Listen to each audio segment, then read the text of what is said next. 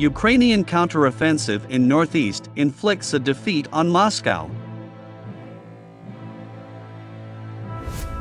Ukraine's lightning counteroffensive in the northeast of the country has inflicted an extraordinary defeat on Moscow, prompting the Russian army to pull back thousands of troops after suffering a series of battlefield defeats.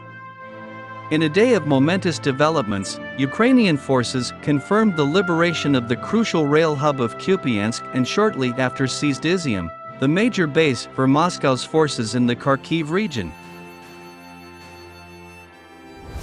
Within hours of Izium's fall, Russia's defense ministry admitted that it was pulling back its forces from the region.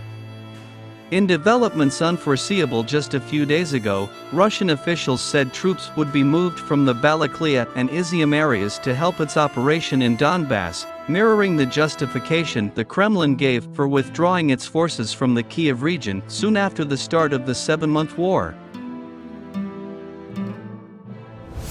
In a video address on Saturday, the president, Volodymyr Zelensky, said Ukrainian forces had liberated about 2,000 square kilometers, 700 square miles, of territory since the counteroffensive against Russia started earlier this month.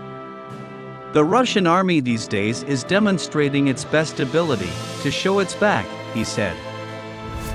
Vitaly Ganchev, the head of the Russia-backed administration in the Kharkiv region, said on state television that several villages had come under the control of Ukrainian armed formation and said his administration was trying to evacuate civilians from cities including Izium, Russia's main logistics base in the province, where the British officials described Russian forces as increasingly isolated.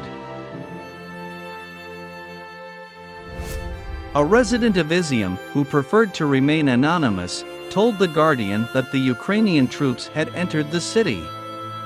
Before that, Russian occupying forces were rapidly withdrawing, leaving ammunition and equipment behind. Retaking Izium is perhaps Ukraine's most significant success in pushing back the Russians since the beginning of the invasion.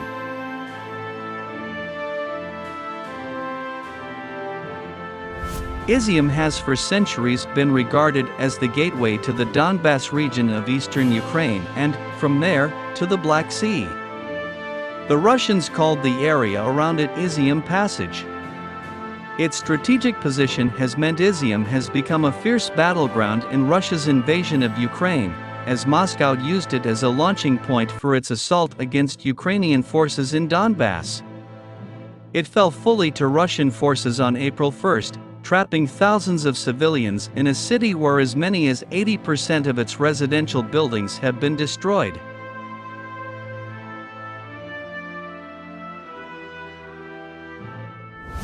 We have managed to cut off the supply lines for the Russian formations in control of the Izium area, said Serhiy Kuzan, a military expert at the Ukrainian Security and Cooperation Center, who has direct knowledge of events in Kharkiv. Kuzan said the Russian formations in charge of the southeast area of Kharkiv, labeled the Izium area by military experts, were professional Russian soldiers, not mercenaries or conscripts from Russian-occupied Donbas.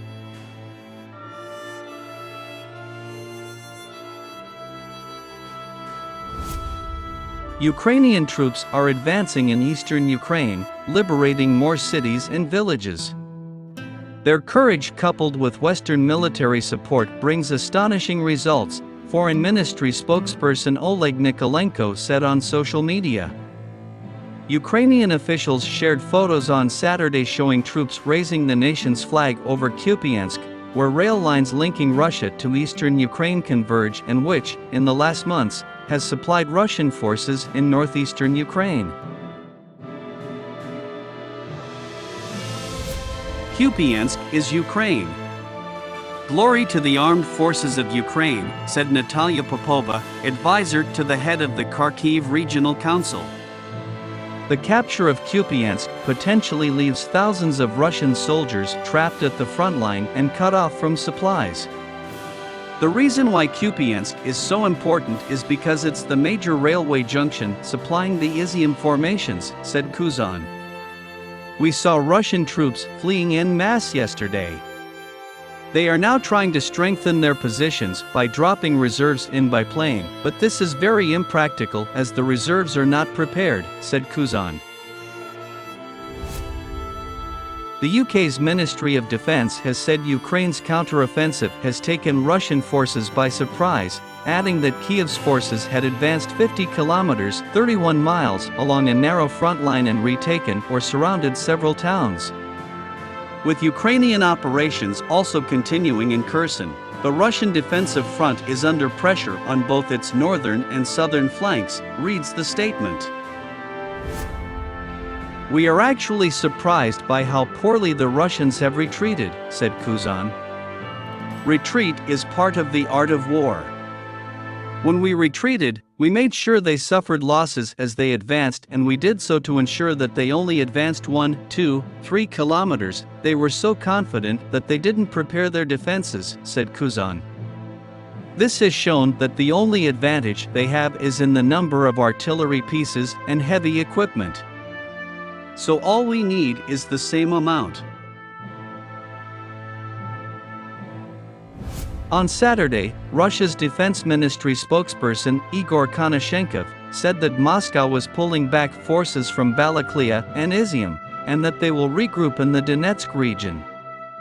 According to the Ukrainian military, Russia is also sending 1,300 Chechen fighters to the southern Kherson region.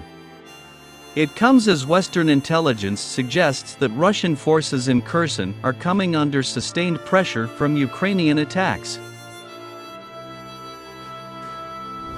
For weeks, Ukrainian officials had telegraphed plans for a planned counterattack in the southern Kherson region, but instead the main focus of this week's counterattack has been Kharkiv in the northeast, taking everyone, including apparently the Russians, by surprise.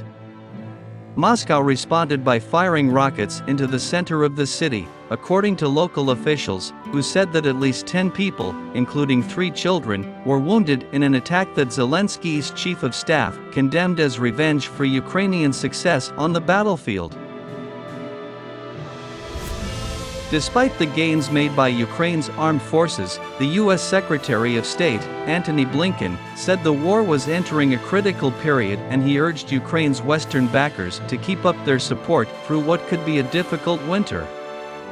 Russian rocket fire hit Kharkiv city on Saturday evening, killing at least 1 person and damaging several homes, part of a surge in shelling since Kyiv's counter-offensive, Ukrainian officials said.